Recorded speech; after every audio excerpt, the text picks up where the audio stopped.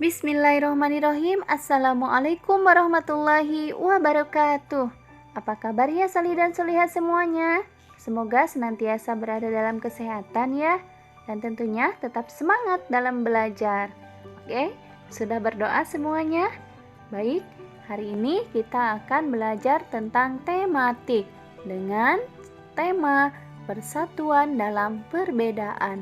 Sedangkan subtemanya yaitu rukun dalam perbedaan. Sali dan Soliha, pada tanggal 17 Agustus biasanya kita sering merayakan sebuah hari yang bersejarah bagi negara kita, yaitu Hari Kemerdekaan Republik Indonesia. Ya, tepatnya jatuh pada tanggal 17 Agustus tahun 1945. Merdekanya negara Indonesia yaitu dengan adanya pengumuman teks proklamasi kemerdekaan Republik Indonesia yang dibacakan oleh Soekarno-Hatta.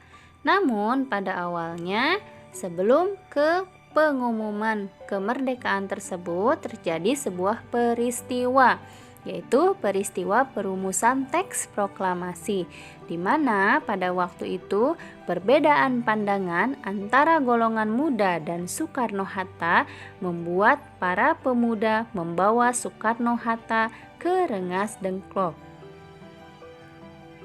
tepatnya di Kota Karawang, Jawa Barat. Pada tanggal 16 Agustus tahun 1945 itu, Soekarno-Hatta diamankan di sebuah rumah sederhana milik seorang petani. Kedua tokoh tersebut berada di Rengas Dengklok seharian penuh. Para pemuda mendesak Soekarno-Hatta untuk segera memproklamirkan kemerdekaan Indonesia tanpa ada keterkaitan dengan negara Jepang. Soleh-soleha, semuanya sudah tahu belum teks proklamasi bunyinya bagaimana? Yap, kita baca sama-sama ya. Proklamasi kami, bangsa Indonesia, dengan ini menyatakan kemerdekaan Indonesia. Hal-hal yang mengenai pemindahan kekuasaan dan lain-lain diselenggarakan dengan cara seksama dan dalam tempo yang sesingkat-singkatnya. Jakarta, 17 Agustus tahun 1945, atas nama bangsa Indonesia, Soekarno-Hatta. Nah, seperti itulah bunyi proklamasi kemerdekaan. Kata proklamasi sendiri berasal dari bahasa Latin, yaitu proklamer, yang berarti pengumuman atau pemberitahuan ke publik. Dengan membacakan teks proklamasi, Indonesia mengumumkan kepada dunia luar bahwa Indonesia adalah negara yang merdeka. Proklamasi kemerdekaan ini diikuti oleh pengakuan dari beberapa negara di Asia. Oke, berlanjut ke makna dari proklamasi itu sendiri. Proklamasi kemerdekaan memiliki makna yang dalam bagi bangsa Indonesia. Di antara makna proklamasi itu adalah sebagai berikut. Yang pertama, proklamasi kemerdekaan Indonesia yang diperoleh merupakan anugerah dari Allah Subhanahu wa Ta'ala yang tentunya harus dijaga dan dipertahankan. Yang kedua, proklamasi merupakan puncak perjuangan bangsa Indonesia yang telah dijajah selama bertahun-tahun oleh Portugis, Spanyol, Belanda, dan Jepang. Penduduk dengan latar belakang yang berbeda lalu bersatu untuk melawan penjajah. Proklamasi kemerdekaan merupakan hasil dari perjuangan para pahlawan yang berjuang dengan hakiki, tulus, dan penuh idealisme dengan mengesampingkan segala kepentingan diri sendiri. Yang ketiga, proklamasi menaikkan martabat bangsa Indonesia. Pembacaan teks proklamasi memberikan pesan kepada negara lain bahwa Indonesia adalah negara yang bebas dari penjajahan. Indonesia adalah negara yang dibangun oleh rakyat dan untuk rakyat. Negara Indonesia adalah negara yang mandiri, yang tidak tergantung kepada negara lain. Nah, Sali dan Soliha, sebagai pelajar Indonesia, bagaimanakah kamu memaknai proklamasi kemerdekaan Indonesia? Jangan lupa LKS-nya diisi ya. Dalam pembukaan Undang-Undang Dasar 1945 disebutkan bahwa kemerdekaan adalah hak segala bangsa. Oleh karena itu, penjajahan di atas dunia harus dihapuskan karena tidak sesuai dengan peri kemanusiaan dan peri keadilan. Namun demikian, saat ini masih ada beberapa negara yang belum merdeka. Kira-kira negara mana saja ya yang Solih dan Solihah tahu? Ya, di antaranya adalah negara Palestina, yang hingga saat ini rakyat Palestina masih terus berjuang keras sekuat tenaga dan pantang menyerah untuk mendapatkan kemerdekaannya dari penjajahan negara Israel. Negara Palestina memerlukan dukungan dari berbagai pihak untuk dapat mewujudkan kemerdekaannya. Nah, Solih dan Solihah, bagaimanakah pendapatmu terhadap ini? Apa yang akan kamu lakukan untuk membantu negara tersebut? Dalam proses menuju proklamasi kemerdekaan Republik Indonesia dikumandangkan, terjadi beberapa musyawarah dalam negosiasi kepulangan Soekarno-Hatta dari Rengas Dengklok dan dalam penyusunan draft proklamasi kemerdekaan. Allah Subhanahu wa Ta'ala berfirman, "Berkat rahmat Allah engkau, wahai Muhammad, berlaku lemah lembut terhadap mereka. Sekiranya engkau bersikap keras dan berhati kasar, tentulah mereka menjauhkan diri dari sekitarmu. Karena itu, maafkanlah mereka dan mohonkanlah ampunan untuk mereka, dan bermusyawarahlah dengan mereka dalam urusan ini." Quran Surat Ali Imran ayat 159. Dalam ayat di atas dengan jelas Allah Subhanahu wa Ta'ala menyuruh kita untuk bermusyawarah jika ada masalah dalam sebuah urusan. Para tokoh pendiri negara kita menyelesaikan masalah penting menjelang kemerdekaan dengan cara bermusyawarah. Nah, kita pun dapat menggunakan cara musyawarah untuk menyelesaikan urusan atau masalah kita sehari-hari.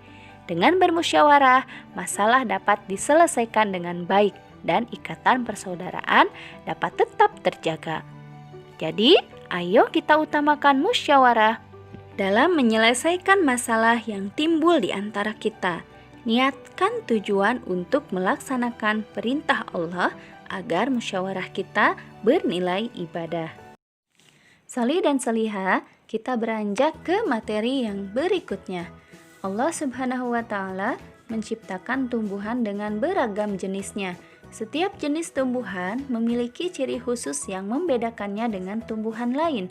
Dengan mengamati beragam jenis tumbuhan, kita temukan bahwa ternyata Allah Subhanahu wa Ta'ala telah menciptakan tumbuhan dengan ciri khasnya masing-masing sesuai dengan kondisi lingkungan di mana tumbuhan itu tumbuh.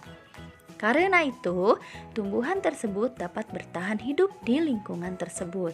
Nah, mari kita pelajari beberapa ciri khusus tumbuhan dan fungsinya sebagai berikut. Ciri khusus yang pertama pada bunga bangkai. Bunga bangkai adalah tumbuhan yang mengeluarkan bau bangkai. Bau tersebut berfungsi untuk menarik perhatian serangga agar datang kepadanya. Hal ini bermanfaat bagi tumbuhan tersebut untuk membantu penyerbukan. Contoh dari bunga bangkai adalah Rafflesia arnoldi dan Amorphophallus titanium. Yang kedua adalah tumbuhan insektivora. Tumbuhan insektivora adalah tumbuhan pemakan serangga. Tumbuhan tersebut mencari perhatian serangga dengan mengeluarkan bau yang harum. Jika ada serangga yang hinggap di atasnya, maka tumbuhan tersebut akan memakannya. Tumbuhan insektivora memakan serangga agar dapat memperoleh zat nitrogen dari serangga tersebut. Hal ini disebabkan karena habitatnya di rawa-rawa, maka ia kekurangan zat nitrogen. Adapun yang termasuk tumbuhan insektivora ini adalah kantong semar, tumbuhan Venus, dan sundew. Yang selanjutnya, yaitu yang ketiga ada tumbuhan xerophyt. Tumbuhan xerofit adalah tumbuhan yang mampu tinggal di daerah yang panas, kering, dan tandus. Allah Subhanahu wa Ta'ala menciptakan keistimewaan berupa daun kecil-kecil berbentuk duri untuk mengurangi penguapan, dan batang yang tebal serta berlapis lilin untuk menyimpan cadangan air. Karena habitatnya di daerah kering dan tandus, sehingga dia perlu air yang banyak. Akarnya pun panjang hingga 2 kali lipat dari tingginya, karena akar tersebut terus bergerak mencari air untuk memenuhi kebutuhan hidupnya. Contoh dari tumbuhan ini yaitu tanaman kaktus. Selanjutnya yang keempat yaitu tumbuhan hidrofit. Hidrofit berasal dari kata hidro yang artinya air. Jadi, tumbuhan hidrofit adalah tumbuhan yang dapat hidup di lingkungan air. Salah satu ciri tumbuhan yang hidup di lingkungan air adalah memiliki batang berongga. Contohnya adalah teratai dan eceng gondok. Pada bunga teratai, tumbuhan yang hidupnya di air ini memiliki ciri daun yang lebar dan tipis, yaitu untuk mempercepat penguapan dan mengapung di atas air.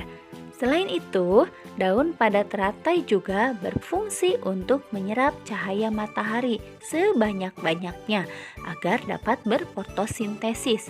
Batang teratai yang berongga berfungsi untuk membawa oksigen hingga ke akarnya.